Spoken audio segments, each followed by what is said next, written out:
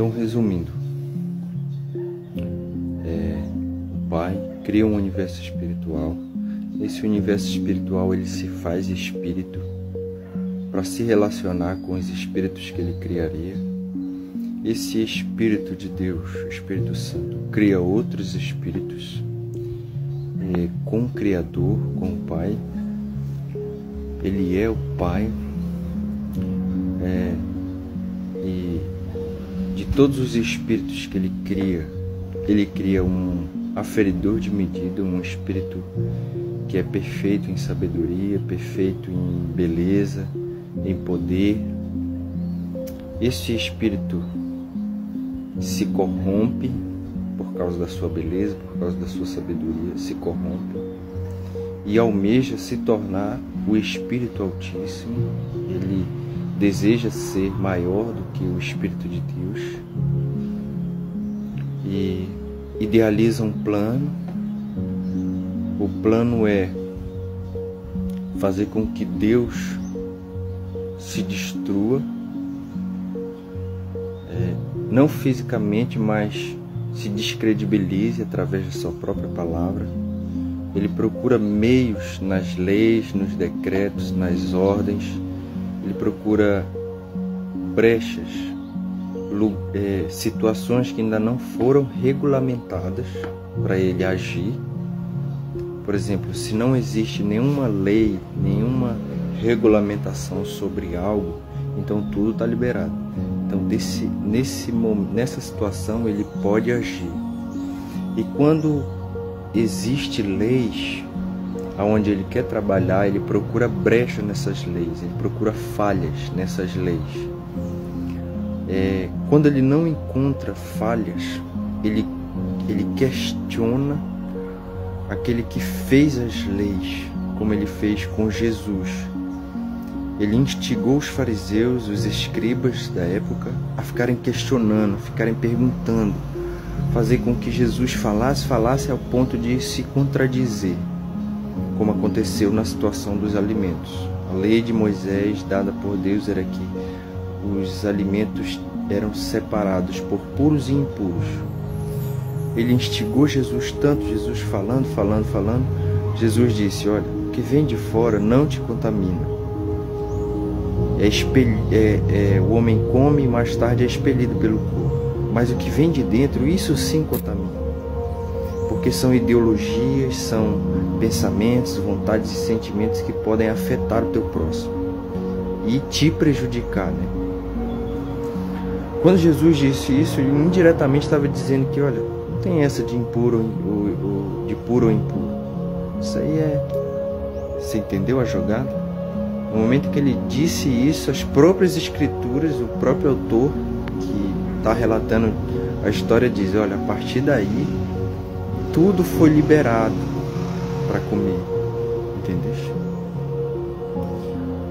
Então as palavras se colidiram e nesse momento dessa contradição, Satanás começa a trabalhar. Apesar de a gente saber de que ainda existem animais que não se podem comer, mas para ele, para as pessoas que já não estão nem aí para a lei mesmo, para essas pessoas está liberado comer tudo. Você pode comer carne de porco, você pode comer o que você quiser. Existem consequências, mas você pode. Por Deus você pode. Então, Satanás ele instiga, ele procura aquele que é responsável pela lei, pelas ordenanças, para fazer com que ele se fazer ele se contradizer, fazer na multidão de palavras a pessoa acabe se enrolando. É isso que ele faz quando a lei é bem feita. E nisso ele vai trabalhando juridicamente até alcançar o seu objetivo. Seu objetivo é ser livre, libertino, fazer o que ele quer, entendeu? Ser o seu próprio Deus. Inclusive essas ideias de que você é o seu próprio Deus, você é responsável pelas suas conquistas e tudo mais. Não cai nessa. Isso são ideologias malignas, são ideologias pagãs, demoníacas, certo? E muitas outras. Só existe uma lei, só existe um princípio, só existe uma honra, que é a de Deus. E fazendo tudo isso, ele se corrompeu, e tudo que é ruim não fica do lado de Deus. Deus disse ao arcanjo Miguel. Arcanjo Miguel significa quem é como Deus. Esse é o significado do nome Miguel. Quem é como Deus? Nesse momento em que Deus dá ordem a Miguel, Miguel e os seus anjos, outros arcanjos, outros anjos responsáveis pela proteção e a ordem, guerreiam contra esse aferidor de medidas e derruba ele lá do céu. A Bíblia não especifica se ele sai do céu para a terra, ou se ele só sai de um determinado ponto no universo espiritual, é expulso desse ponto. Mas que ele é afastado de Deus e do seu reino, isso ele é. E depois disso, o Espírito de Deus, junto com o Pai, cria o nosso universo, o universo material. E lá você encontra em Gênesis: Deus criou os céus e a terra, e no princípio a terra era sem forma e vazia. E disse Deus: haja luz. E o Espírito de Deus pairava sobre a face do abismo. E disse Deus: haja luz. E viu Deus que a luz era boa. Inclusive, em uma próxima oportunidade eu vou contar sobre a minha conversão. Eu fui convertido nesse versículo 3 de Gênesis 1. Enfim, ele primeiro cria o universo material sem forma. Ele pega um ponto específico daquele universo material e dá forma a ele, molda ele de maneira perfeita, como você vê hoje. O nosso mundo, ele é perfeito até o mínimo detalhe, sabe?